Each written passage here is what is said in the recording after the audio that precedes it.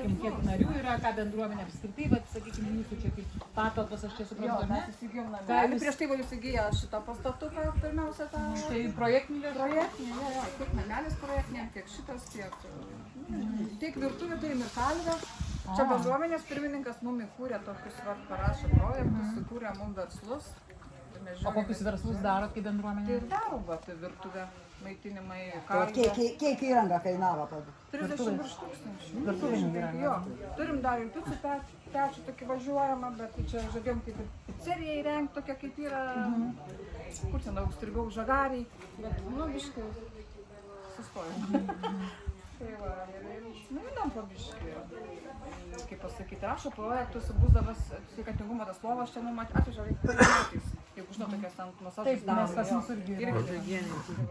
Baidarį 15 plauksim, ekskursiją važiuosim, projektas parašytas yra ir neįvyka plemba į tą Latviją. Ten lygius su visokiais bombasais. Taip judam.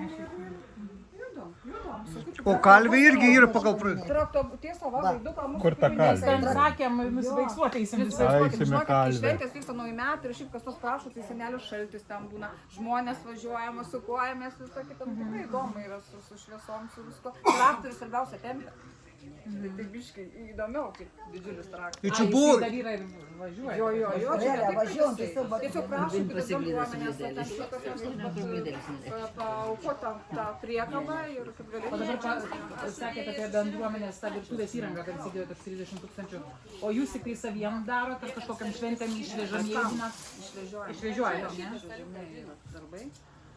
Ir ar ta prasme, kada jūs kuriais metais rašėte, ar jums tas projektas pasiteisino, sakykime, pamaitinimų? Dabar būtent šie metai ypatingi, 3 metai tai ypatingi. Pirma, aišku, tai ta pradžia sunkoka, nes kaip ir visur yra gana sunku. Šie metai įsivažiuos. Dabar taip tikrai veža ir Šiaulius, ir Kuršėnus, nuėjo Akmenė. Jo, nuėjo Akmenė, tai čia jau yra mūsų namai. Aplinkiniai visi kaimukai, viską. Ir užsakymų turite? Tikrai turim užsakymų. Facebook'e pažiūrėkit, Raudonskardžio bendruomenės maistas. Kokių grožybių sukur Laima, tiesiog veina kausnis su muštinėlius ir širdis neleid valgyti. Tai gražiai. O kiek žmonių turit pagal projektą? Esat kažkiek įdarbinę, ar patys irgi dirbate iš idėjos, tie patys bendruomenės? Tikrai dirbu aš viena, Kalvis dirba vienas. Bet jau apiforminti. Mes esam turime apiforminti, tai palėžėjas yra taip pat. Nu, tada biški moku vadinam. Neužidėjai. Kiek narė mokėsis nariai bendruomenės metų? 10 eurų. Ir mums. Tas pats, ne? Bet va dar reikėtų paminėti, kad čia buvo krūmynai, ne kaip Vaidas pasakoja. Čia viskas susitvarkė bendruomenė. Kaip tą varą daryti, jo nešvesti, atsimenu, sėdėjom ties stalai, čia buvo ta eilė ir lietus prasidėjo ir laikom tą plasmasę tokią ištempę plėvelę. Ir sakom, reiktų mums namelio, tai va taip ir atsirado. Tas namelis irgi už projektinės lėšas, ar buvo kažkas tai pastatyti anksčiau, ar čia nieko nebuvo, ne?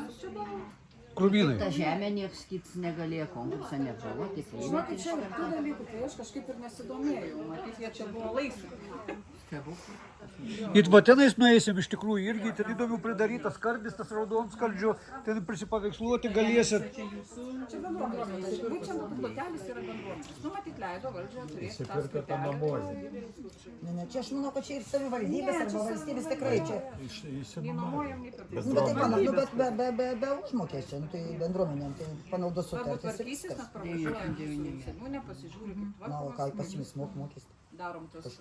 O šiaip pati bendruomenė labai aktyvi, tai kaip aktyvas, kaip aš sakau, pavyzdžiui, dirbų bendruomenėse, dirba kokie 3-4 žmonės. Iš tikrųjų, tai kaip metų išsinuomavę turim tą žmonių, kurie visur dalyvauja. Bet mes čia trukdom. Pradžioje buvo kaip ir daugiau įsiję, paskui senstant, nieko norėti, tie jaunieji, sveikatų netų žmonės, nes juk irgi čia visi augia, čia jaunimo faktiškai mažai. Gyvenvietė pati. Tai mūsų gyvenvietė, gyvenvietė čia ir yra. Visa ta mūsų. Kiek gyventojų čia? Skaičiavom čia eina kartą 80. Oi, nedaug. Nedaug, visiškai, aš tai sakau. Ir va tiek, va 80 žmonių, va tokį Palyginus sukūrė. iš 80-40 bendruomenės narių, 40 sakė, tai jau tikrai nemažai.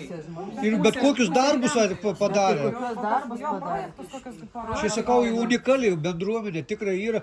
Ir čia gali pasakoti, mes dabar vat, su Akmenės bendruomenė, irgi su Raudonskardžiu, vat, bendrus projektus labai daug mėginsime Tai va tam gyvendinti. jau paklausė, Alintai, klausimą, patys rašot tuos bendruomeninius projektus, ar samdot žmogų, sakykime, kažkas, kas rašytų. Nu, tai parašo, aišku, ten pats vienas. Turėjom pirmininkę, va, Irena, dabar yra vis vyras Vaidas. Tai jinai ten kurdavo pateikia, ką jau gali, tą jinai ten jos stengdavos parašytų, kiek moteriai tikrai gali tokiam dalykam. Nu ir Vaidas taip pat mūsų čia idėjos. Va, plaustas mūsų, kaip matot, mašina. Čia plaustas? Jo, čia buvo ant tokių bambalių, dabar gal jau išmetė ir plaukiam. Nu, buvo tokios varžybos, buvo ir bendruomenė ten susibūrimas. Prigalvojęs visokį tikrai. Ir paskiau šitais, kad nuėmė ir buvo kažkoks pleneris su vaikais, apipaišė ją. Nu, gaila buvo išmesti, žinai, kai baigės būtent tas jo idėja. Čia padaręs spalvotą tokią dekoraciją čia. Tai va galėsim nueiti pasižiūrėti per tos skardžiaus, ne, biškiai iš tikrųjų įdomu. O visokie treniruokliai yra. Galite dar pasportuoti, kam jeigu yra.